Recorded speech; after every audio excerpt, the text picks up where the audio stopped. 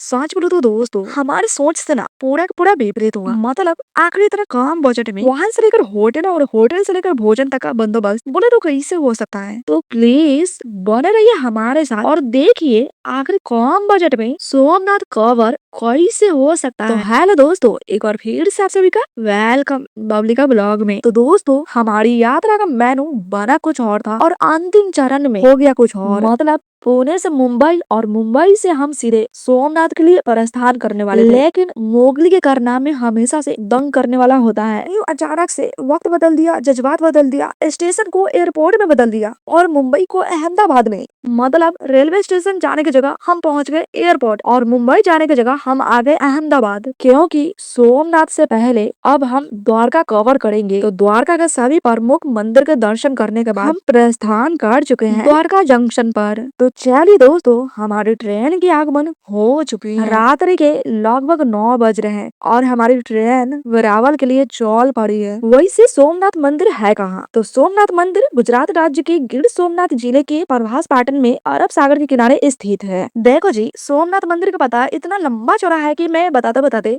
वेरावल भी पहुंच गई। और स्टेशन के बाहर निकलते ही हमें वेरावल से सोमनाथ के लिए सिटी बस दिखी जो पर पर्सन 20 रुपए ले रहा था। तो इससे अच्छा और सस्ता क्या हो सकता है। हम लोग आनंद फानन में उस बस में विराजमान होकर सीधे सोमनाथ पहुंच गए।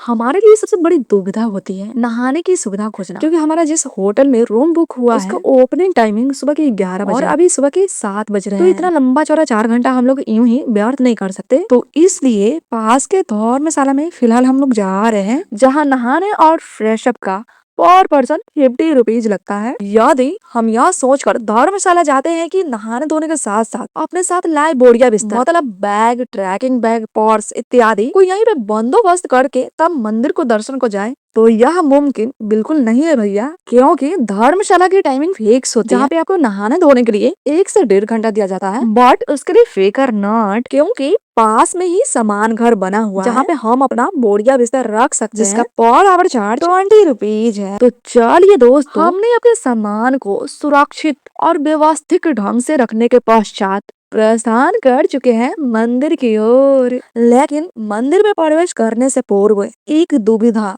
आन पड़ी। हम अपने साथ किसी भी प्रकार के विद्युतीय उपकरण वस्तु नहीं ले जा सकते, जैसे हमारा phone, tab, laptop, earbuds, charger इत्यादि, जिसके लिए एकदम सख्त मनाही है। जिसके चलते हम मंदिर के अंदर का दृश्य नहीं दिखा सकते, लेकिन मंदिर के बाहर का दृश्य आप देख सकते हो। कितना सुंदर और शांतिमय वातावरण है। तो हमारे पास जितने भी विद्युतीय उपकरण वस्तु थे वो इस काउंटर पर जमा करा दिए, जिसके बदले में प्रमाण के तौर पर एक टोकन दिया गया। सोमनाथ मंदिर 12 ज्योतिर्लिंग में से पहला ज्योतिर्लिंग है। पौराणिक कथा के अनुसार चंद्रदेव का विवाह राजा दक्ष के 27 पुत्रियों से हुआ था, लेकिन चंद्रदेव को रोहिणी से कुछ ज्यादा ही लगाव था और यही लगाव उन पर भारी पड़ गया। जब उनकी बाकी 26 पत्नियां अपने पीड़ा को राजा दक्ष यानी कि अपने पिता के समक्ष रखी, तब राजा दक्ष अपनी पुत्रियों का यह विलाप सुनकर बहुत दुखी होते हैं और क्रोध में आकर चंद्रदेव को यह श्राप दे देते हैं कि तुम्हारा तेज और चमक धीरे धीरे समाप्त हो जाएगी। चंद्रदेव अपनी ऐसी अवस्था देखकर इस श्राप से मुक्ति पाने के लिए ब्रह्मा जी के पास जाते हैं। तब ब्रह्मा जी के कहे अनुसार चंद्रदेव प्रभास क्षेत्र में जाकर भगवान शिव की कठोर तपस्या करके उनको प्रसन्न करते हैं। तब भगवान शिव वहाँ प्रकट होकर चंद्रदेव को यह वरदान दिया कि तुम्हारा तेज 15 दिन तक घटेगा और अगले 15 दिन तक बढ़ेगा, क्योंकि राजा दक्ष का दिया हुआ श्राप पूरी तरह समाप्त नहीं किया जा सकता था। जिसके कारण हम आज भी देखते हैं कि चंद्रमा की चमक 15 दिनों तक धीरे धीरे कम होती जाती है और फिर अगले 15 दिनों तक चंद्रमा की चमक बढ़ने लगती है, जिसे हम कृष्ण पक्ष और शुक्ल पक्ष कहते हैं। दोस्तों साधारण भाषा में बोलूं तो कृष्ण पक्ष राजा दक्ष का दिया हुआ श्राप है और शुक्ल पक्ष भगवान शिव का दिया हुआ वरदान है चंद्रदेव के लिए। चंद्रदेव का एक नाम सोम भी है और भगवान शिव को नाथ यानी कि स्वामी कहा जाता है, इसलिए सोम और नाथ मिलकर इस स्थान का नाम पड़ा सोमनाथ। चंद्रदेव के नाथ भगवान शिव। चंद्रदेव ने सर्वप्रथम यह मंदिर को सोने से बनवाया था। उसके बाद रावण ने चांदी से, फिर भगवान श्री कृष्ण ने चंदन की लकड़ी से। इतिहास में सोमनाथ मंदिर ने कई उतार चढ़ाव देखे हैं। यह मंदिर को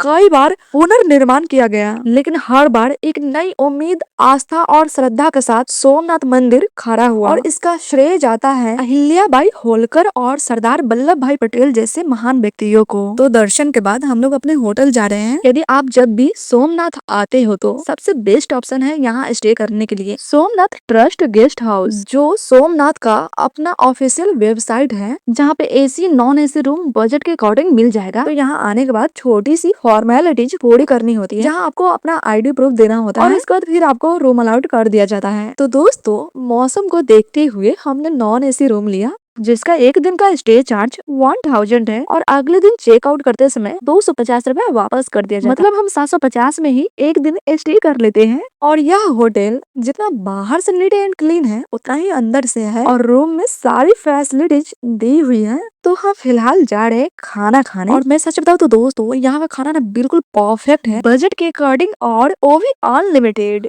और ऐसा नहीं है कि आपके बजट के हिसाब से है तो खाना अच्छा नहीं है, सच में बहुत ही अच्छा। तो डिलीशियस भोजन करने के पश्चात हम लोग प्रस्थान कर चुके हैं अपने रूम की ओर, क्योंकि स्पिरिचुअल प्लेस का अभी एक्सप्लोर करना बाकी है, जो आपको देखने को मिलेगा हमारे नेक्स्ट ब्लॉग में। तो उससे पहले थोड़ा आराम करना तो बनता है। तो चलिए फिर मिलते हैं नेक्स्ट ब्लॉग में। और हाँ, हमारा वीडियो आपको पसंद आया हो तो प्लीज लाइक, शेयर और सब्सक्राइब जरूर कर दीजिएगा, क्योंकि आपका लाइक, शेयर और सब्सक्राइब मेरे लिए मोटिवेशन का काम करता है। तो प्लीज आप अपना मोटिवेशन हम पर बनाए रखें। तो चलिए फिर मिलते हैं। हर हर महादेव। धन्यवाद।